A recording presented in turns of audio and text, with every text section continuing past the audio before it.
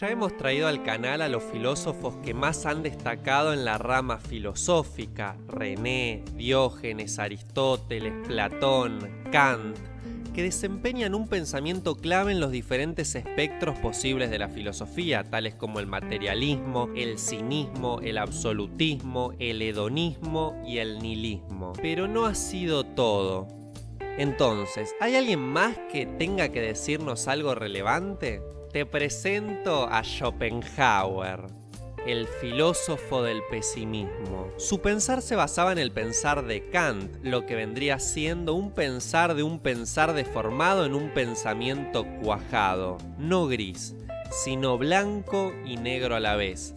Tan rancio como este canal. ¿Pero su pesimismo se contradice? ¿Tiene coherencia todo lo que dice Arthur Schopenhauer? Responderemos a todo esto, pero advierto de antemano que lo que verán a continuación no es apto para frágiles, porque todo lo planteado aquí es una autoayuda para suicidas, algo que si lo estudias con atención podés salir vivo. Así que agárrate bien y presta atención al que será el primero de esta serie llamada Genio Oscuro.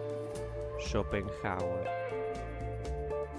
Arthur Schopenhauer nace en el seno de una familia burguesa el 22 de febrero de 1788 en Danzig, en ese entonces reino de Prusia. Su padre, Heinrich Floris Schopenhauer, fue un próspero comerciante que pretendía que su hijo siguiera su profesión. Por eso lo hizo viajar por Francia e Inglaterra para que aprendiera las mañas del comercio como asistente de negocio. Pero para el año 1805, su padre muere. Se presume que se suicidó. Considerando el cariño que el filósofo le guardaba a su progenitor, quizás aquí se inicia su visión pesimista de la existencia. Su madre estuvo muy interesada en el mundo cultural y aunque no tuvo mucho éxito como escritora, sí se destacó por las reuniones de intelectuales que desarrolló en Weimar, su ciudad de residencia después de quedar viuda. Arthur nunca se llevó muy bien con ella, él era muy introvertido y reservado. Por contraste, ella era extrovertida y sociable. El conflicto era inevitable. Quizás aquí está el origen de su odio hacia las mujeres. Una vez afirmó: los hombres son por naturaleza meramente indiferentes unos de otros, pero las mujeres son enemigas por naturaleza. A pesar de ello, gracias a su progenitora, pudo conocer muchos de los personajes culturales del momento. Entre ellos se encuentra Goethe, quien leerá y alabará su tesis doctoral sobre la cuádruple raíz del principio de razón suficiente. En Weimar también conoce al orientalista Friedrich Nietzsche, que será muy importante para el desarrollo de su pensamiento porque le dará a conocer textos básicos sobre la filosofía hindú, los brahmánicos y los budistas. Al combinar estos conocimientos con los previos que había conseguido en Platón y Kant, forjó las claves para escribir obras tan destacables como El mundo como voluntad y representación, y otras un poco más curiosas como El arte de tener siempre la razón. Básicamente, para Schopenhauer, la vida es una mierda y nada puede cambiar esta realidad. Por supuesto que esta conclusión, siempre tan alegre, se opone al optimismo imperante en la época que empezó a desarrollar su tan alabada prosa. Friedrich Hegel, un colega alemán, desarrollaba una filosofía que iba acorde con el idealismo alemán y alimentaba las aspiraciones burguesas del momento. No conforme con esto, Schopenhauer se opuso también al romanticismo cuando todavía era una corriente importante. Para terminar de darle forma a su postura, utilizaba frases despectivas para desarmar a sus contrincantes. El hombre es el único animal que causa dolor a otro sin más objeto que querer hacerlo. La persona que escribe para los tontos siempre está segura de tener una gran audiencia. Las religiones son como las luciérnagas, necesitan de la oscuridad para brillar. La religión es la obra maestra del arte de entrenar animales, porque entrena a las personas sobre cómo deberían pensar. Cada nación ridiculiza a otras naciones y todas están en lo correcto. Los amigos y los conocidos son el mejor pasaporte a la fortuna. La opinión es como un péndulo y obedece a la misma ley. Los hombres necesitan algún tipo de actividad externa, ya que son inactivos en su interior. Como era de esperarse, su actitud amigable lo ayudó a ser buenos amigos con la intelectualidad del momento, pero no estaba mejor que el zapatero de la esquina. A pesar de ello, creó una filosofía que contiene una postura que coincide y calza en nuestra norma como dos piezas de un rompecabezas, nutriéndose de los clásicos como Platón, Spinoza y las escrituras budistas. Sin embargo, con su corriente de pensamiento, no logró más que ganarse el desprecio de sus alumnos y volverse enemigo de los editores del periódico. La realidad era que Schopenhauer era ese profesor intelectual que tanto odias y que no te deja ir al baño para evitar que disciernas el pensamiento de René en el retrete. En su libro El mundo como voluntad y representación sostiene que la base de todo querer es la necesidad, la carencia, o sea el dolor, al cual pertenece en origen y por su propia esencia. En cambio, cuando le faltan objetos de querer porque una satisfacción demasiado fácil se te quita enseguida, le invade un terrible vacío y aburrimiento, es decir, su esencia y su existencia mismas se vuelven una carga insoportable. Así pues, su vida, al igual que un péndulo, oscila entre el dolor y el aburrimiento, que son de hecho sus componentes últimos. Schopenhauer sostiene que la voluntad de vivir, la gran enemiga, se observa incluso en el mundo natural, en la continua lucha de los seres por la vida, señala.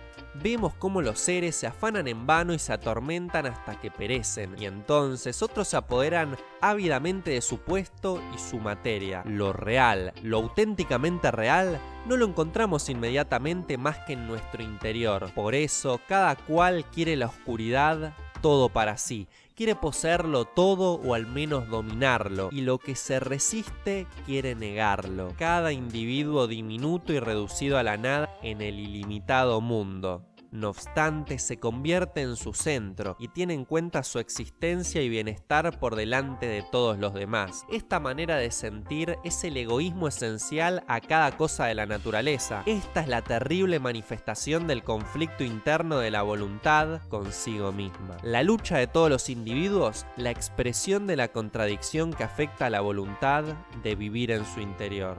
Básicamente, hagamos lo que hagamos, pensemos lo que pensemos, cualquier forma de pensamiento es una forma distinta de sufrimiento, según Schopenhauer.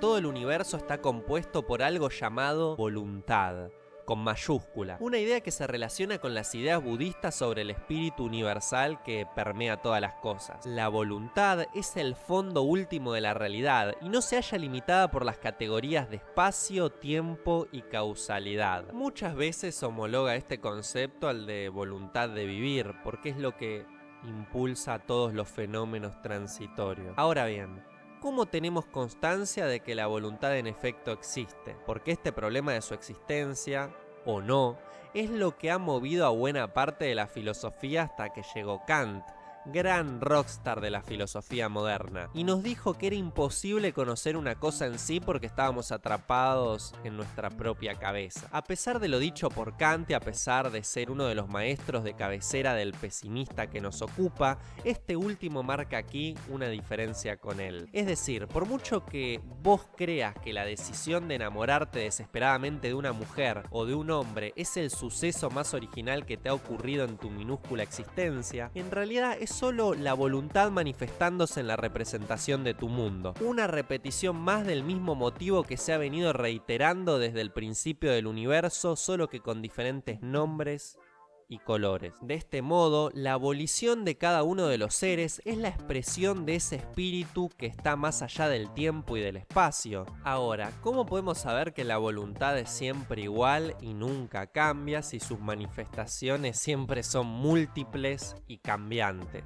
Sé que se sienten muy listos porque pensaron esta pregunta antes de que las dijera, pero Schopenhauer la respondió incluso antes de que vos la pensara. La clave está en nuestra capacidad para crear desentrañar conceptos. Si bien nuestra experiencia varía constantemente, de ella podemos desentrañar conceptos, unos más universales que otros, porque en la multiplicidad discernimos correspondencias y esto nos lleva a las unidades profundas que, a fin de cuentas, desembocan en la voluntad. Así que no te la viste venir. El verdadero conflicto surge cuando no conseguimos satisfacer esas necesidades de reafirmación porque hay obstáculos, es decir, otras manifestaciones de la voluntad. En su aspiración por satisfacer la reafirmación, frustran nuestros deseos. Esto genera odio, rencores y dolores, lo cual hace que por cada alegría haya múltiples tristezas y que toda satisfacción contenga inevitablemente diversas frustraciones. Incluso si pudiéramos dar satisfacción a todos nuestros impulsos,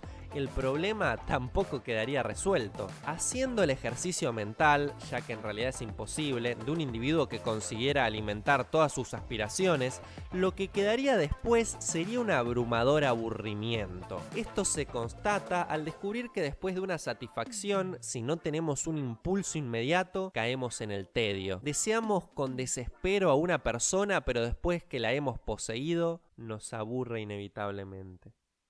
La verdadera solución se encuentra en nuestra conciencia y la posibilidad de desligarnos de la apremiante necesidad de satisfacer nuestros deseos de reafirmación. Es cierto que siempre tendremos que cumplir con nuestras necesidades primarias para mantenernos vivos, pero hay un largo trecho sobre eso y sucumbir ante todo deseo. Más aún, un individuo puede continuar con su vida asistiendo a ella desde cierta distancia, no asistir a ella como una cuestión personal, sino como un observador distante, liberado de sus necesidades inmediatas. De este modo, en los individuos que cruzan nuestras vidas, descubriremos no a los enemigos o aliados, no a la gente que debemos odiar o querer, sino a los seres que se encuentran sojuzgados por las fuerzas de la voluntad. Así, cuando ves a alguien haciendo una salvajada o aprovechándose vilmente de las demás personas, no descubrirás un diablo ni un genio maligno, sino un ser minúsculo y miserable que se deja llevar por las pulsaciones más bajas de la existencia para repetir, una vez más, algo que ha ocurrido millones de veces y que conllevará de forma inevitable al dolor. Como la voluntad es eterna y busca satisfacerse una y otra vez, entonces el dolor también es eterno. Por último, para las mentes privilegiadas que han conseguido desligarse de las presiones de la voluntad, Schopenhauer también recomendó cultivar la meditación y la apreciación del arte. Este último, sobre todo la música, es una herramienta muy útil para comprender que solo se debe disfrutar la representación sin sucumbir a la eterna espiral volitiva. El arte, un producto de la conciencia humana que busca representar y liberarse de la razón, es la manera que tiene el ser humano para despegarse por un momento de la lógica racional, que no es más que una herramienta para cumplir los deseos de la voluntad. De este modo, eleva la conciencia y nos permite asistir a la vida como un espectador escéptico interesado en comprender y en distanciarse de la espiral de fuego que va consumiendo todo y renaciendo solo para sufrir de nuevo.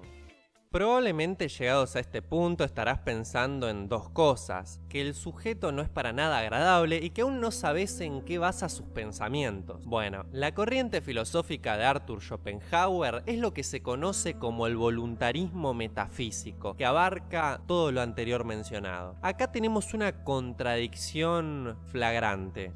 Mientras la voluntad es siempre una y la misma, sus manifestaciones son variadas y múltiples. Esto debió molestar particularmente a los racionalistas que buscaban una coherencia a través de toda la teoría. Pero la coherencia es la virtud de las mentes cortas. De todas maneras, hay una explicación. Porque bien, lo que ocurre es que la voluntad, aquel elemento que permea los elementos de la existencia, no es una manifestación de la coherencia universal, ni un Dios bondadoso que busca el bien de sus criaturas, menos una expresión de la racionalidad ideal. La voluntad es el espíritu irracional y ciego que busca afirmarse a sí mismo una y otra vez. Por lo tanto, sus manifestaciones conservarán en lo profundo de su ser ese carácter. La representación de la voluntad está sujeta a los principios de causalidad, tiempo y espacio, porque es solo una manifestación, pero en lo profundo de su ser late el principio de reafirmación irracional y ciega. Por otro lado, cada representación conserva la ilusión de que es individual e independiente de las otras. Por eso busca devorar a las demás para satisfacer sus deseos profundos de preservación. Pero el verdadero detalle pesimista viene al final: la irracionalidad. La ceguera es eterna, persistiendo desde el principio hasta el final, porque para la voluntad no hay principio ni final, porque no está sujeta a las leyes del tiempo. Encantador, ¿no? Ya lo dije en otro video y lo voy a volver a repetir. Necesitamos aprender de las cosas malas para poder reconocer las buenas. Y nuestro querido y amargo amigo Schopenhauer nos viene a mostrar algo que ya habíamos aprendido antes de otros filósofos. Sigue siendo la misma serpiente aunque esté volteada desde dentro para afuera. Conocer este aspecto filosófico nos saca de la idea de que la vida tiene un sentido y nos devuelve a la realidad, que no lo tiene. El pesimismo no busca aliviar el dolor o el sufrimiento al que estamos atados por axioma. No es algo negativo, no es eso que te enseñaron que temas y condenes, sino simplemente es una estimación de error entre intervalos. Sufrimiento y plenitud. ¿Qué tanto se necesita el sufrimiento para empezar a disfrutar de la plenitud? ¿Y qué tanto se necesita de la virtud para ser un ser sensible? Eso yo no lo sé, pero vos sí lo sabés. O solo lo vas a saber si te conocés a vos mismo, si te cuestionás y observás lo que está pasando dentro de vos. Querete, hermano.